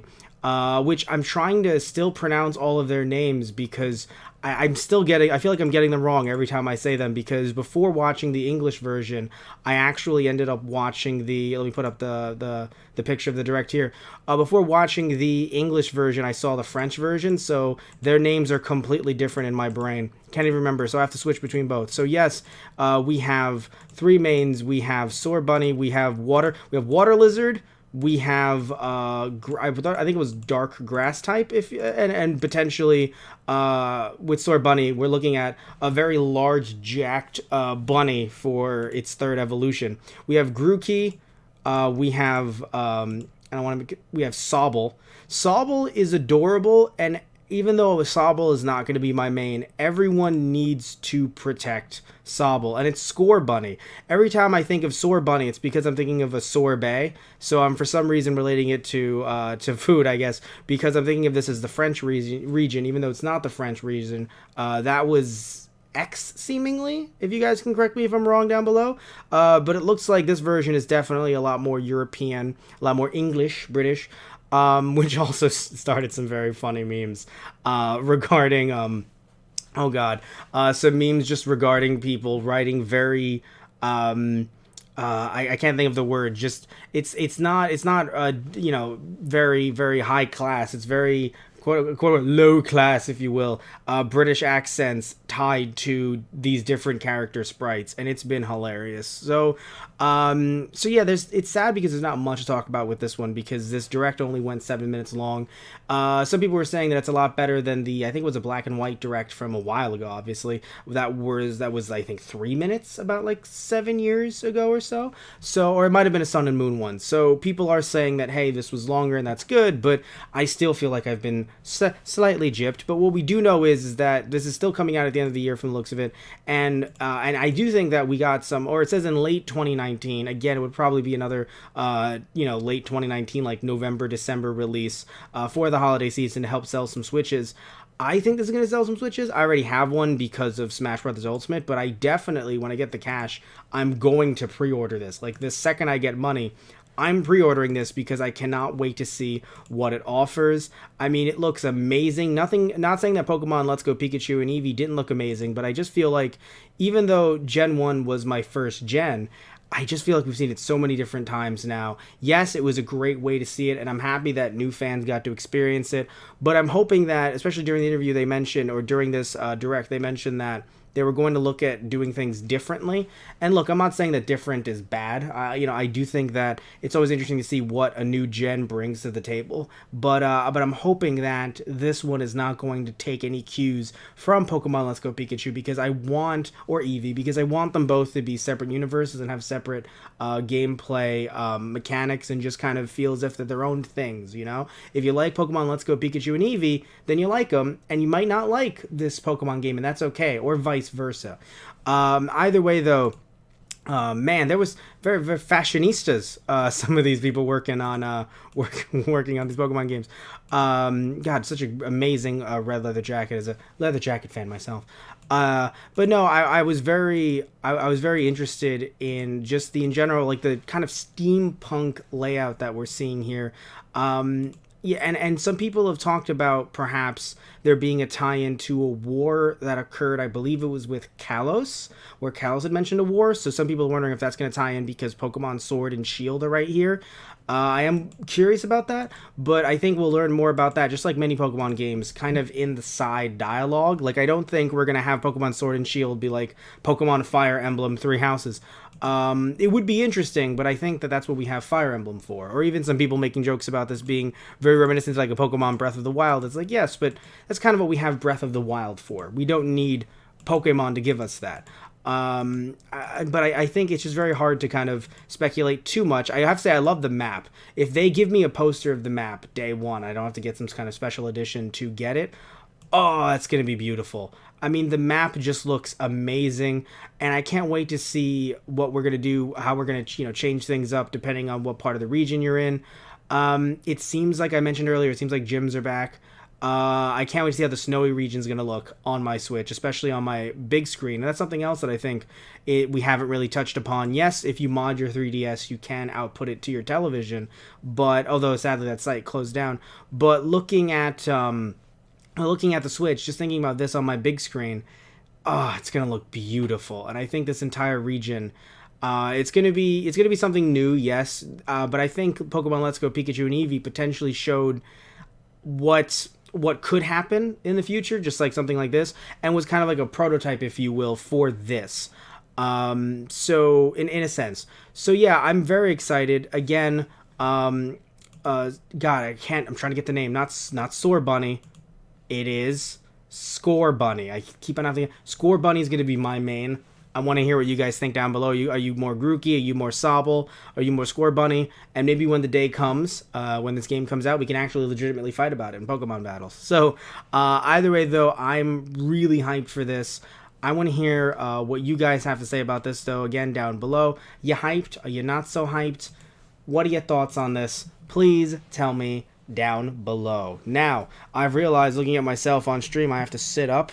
My back hurts. I'm old. So we're moving on from this Pokemon Direct story to talk about our next and final one, because again, it's breaking news, so it'd be weird if breaking news lasted like 3 hours, like some of our other stuff does, like Arcade Cow Corner, on our Those Guys on the Radio channel and things like that. So we are talking about Kingdom Hearts 3. So we'll be talking about this one in just a moment, because I need a drink of water. Okay.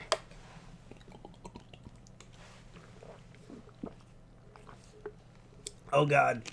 Oh God, it was too much. It's trying to assassinate me. Water, why are you trying to assassinate me today of all days? On the day of my Those Guys Play Let's Stream. Let's Stream, Jesus Christ. All the terms, they're all mixing up in my head. Getting all fuzzy. Okay, so we're talking about this one in 3, 2, 1. So, in Kingdom Hearts 3 news, in breaking Kingdom Hearts 3 news, we're getting DLC, which I don't know how to feel about that. Now, here's the thing, right? So, I'm gonna post the link in the chat, but be warned, also if you're watching this, by the way, you're watching this after the live stream separately in a video, remember that there's spoilers in this article. So if you haven't beaten the game like me, there are spoilers. Now, thankfully, I haven't played so many Kingdom Hearts games. I've only played the first 2 that, and I haven't beaten the second one, that these spoilers might mean nothing to me. Also, I beat Recoded, but these spoilers might mean nothing. But I want you guys to remember that there are spoilers. Okay, so anyway, but let's talk about this right now, because again, I don't know how to feel about it, guys. So apparently the director of Kingdom Hearts 3, which is of course Tetsuya Nomura, revealed that, this is, by the way, in an interview with Japanese publication Dengeki Online, and he revealed that free DLC will likely come to the game as incremental updates as they are completed, and paid DLC would be larger and possibly grouped together to be released before the end of 2019. One such free update may include a critical mode difficulty level. Now, I don't care about crazy difficulty levels, because I just want to beat the game and feel like I got the story. Hopefully some of you guys out there who want stuff like that and were upset that it wasn't included are happy to hear that it's going to be a free update. So critical mode difficulty, free update. However, though, just I don't know, man. The fact that look, I haven't beaten Kingdom Hearts 3. I've heard no spoilers. I've heard that the ending is just not as conclusive as some would like. But again, take that as you will. Maybe to you it is conclusive. And we've also had some interviews with Tetsuya Nomura saying that he wanted to continue Sora's story in some way. Like this isn't the end of his story. I don't know how I feel about that either. I just feel as if look, I would love it if the DLC includes things that they couldn't include at the time, not due to disc constraints or anything like that, or like space constraints, but more so due to the fact that they were so busy working with Disney trying to release these different movies, and they started these movies clearly long enough ago where Tangled was extremely relevant. Not a bad movie, but it was a lot more relevant. So I mean, hell, the fact that when now we're getting a Frozen 2 apparently with that trailer that came out, and not only have I not seen Frozen 1, and I definitely should, but also the fact that Frozen 1 is in this game acting as if it's like a big deal, and it's like yeah, we got that sequel coming out. So I wonder if they're gonna go for some potentially other very popular Disney stuff like Moana, or if they're going to go for some stuff that Disney has acquired, like Avengers and Star Wars. Either way, though, my body is ready. So I like it's ready for those worlds, but I just worry that because I haven't bought Kingdom Hearts 3 just yet. But with DLC, it would make me want to wait for, unless it's going to be like a PS5 release, then I wouldn't get it because I don't know if I'm getting the PS5. But I would rather want to wait for a kind of a complete release, if you will. I don't know if that would be on the Switch or something like that. That'd be funny. But a complete release of some type, it would, because I just feel as if I would feel odd if worst case scenario, especially with, by the way, the ending cinematic having to be downloaded separately and not being on the disc itself, something that I talked about with Tristan over at our Keikaku Corner show over at our Those Guys on the Radio YouTube channel. So the fact that we might be in a position where not only do you not have the ending cinematic on the disc, which again looks like that's already the case, and now there's going to be more DLC. I don't know, man. Like, I don't know, guys. I don't hate the idea of what the DLC will look like, because that is going to be awesome, especially if they include, again, just Star Wars characters, which of course they'd want to promote because it's Star Wars, and also because it's voiceover work. They can go back to episode 4. They don't even have to deal with any fallouts from episode 9, whatever that might be.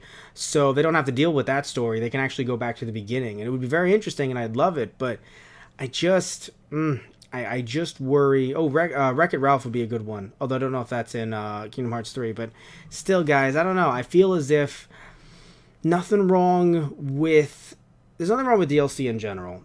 And there's nothing wrong, in my opinion, and as long as it's done well. And there's nothing wrong with trying to go to different worlds. But I'm feeling very, very nervous about taking a game that, it's the third one of the franchise. I personally thought it was going to be kind of one that could conclude the franchise. And now we're making DLC for it. Granted, if they are, like Nomura said, they would be larger. So if they are large worlds that couldn't make the cut for some reason or another, and they're going to be some worlds that, again, are some fan favorites that people are like, duh, it would be great if we could have Star Wars and Marvel. And, of course, the fact that we didn't have, from the looks of it, at least from the trailers, a lot of Final Fantasy characters in this one. So if we could actually have some Final Fantasy worlds, maybe, that'd be nice. Maybe not 15 because, that's... It's been kind of discontinued, but maybe like 14 or something like that, because I'm pretty sure that's still popular. So yeah, I mean, or other just general Square Enix characters. Doesn't have to be like, there could literally be a Lara Croft world, because it's technically Eidos, which is owned by Square Enix. So it would be very interesting to see what worlds could come of this DLC.